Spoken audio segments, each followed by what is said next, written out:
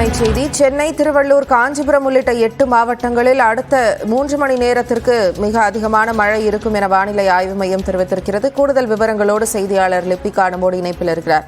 லிபிகா, தற்போது வெளிவந்திருக்கக்கூடிய அறிவிப்பில் என்னென்ன குறிப்பிடப்பட்டிருக்கிறது? வணக்கம்.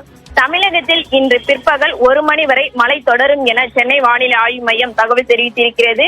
தமிழகத்தில் கடலோர பகுதிகளில் மேல் ஒரு வளிமண்டல கீழடுக்கு சுழற்சியானது நிலவுகிறது. மேலும் மேற்கு திசை காற்றில் வேக மாறுபாடு காரணமாகவும் தமிழகத்தின் பல்வேறு மாவட்டங்களில் மழைக்கான வாய்ப்பு இருப்பதாக சென்னை வானிலை ஆய்வு மையம் தகவல் தெரிவித்திருந்தது. இந்த நிலையில் தற்போது அடுத்த 3 மணி நேரத்திற்கு கன்னியாகுமரி, திருநெல்வேலி, தென்காசி, விருதுநகர் ஆகிய 4 மாவட்டங்களில் இடி மின்னலுடன் கூடிய லேசானது முதல் மிதமான மழைக்கு வாய்ப்பு இருப்பதாக தெரிவிக்கப்பட்டிருக்கின்றது.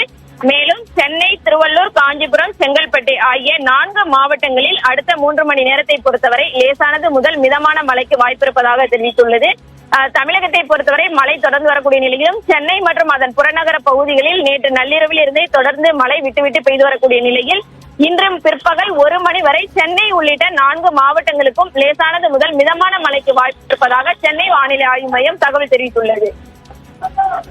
விரிவான தகவல்களை வழங்கியதற்கு நன்றி லிபிகா.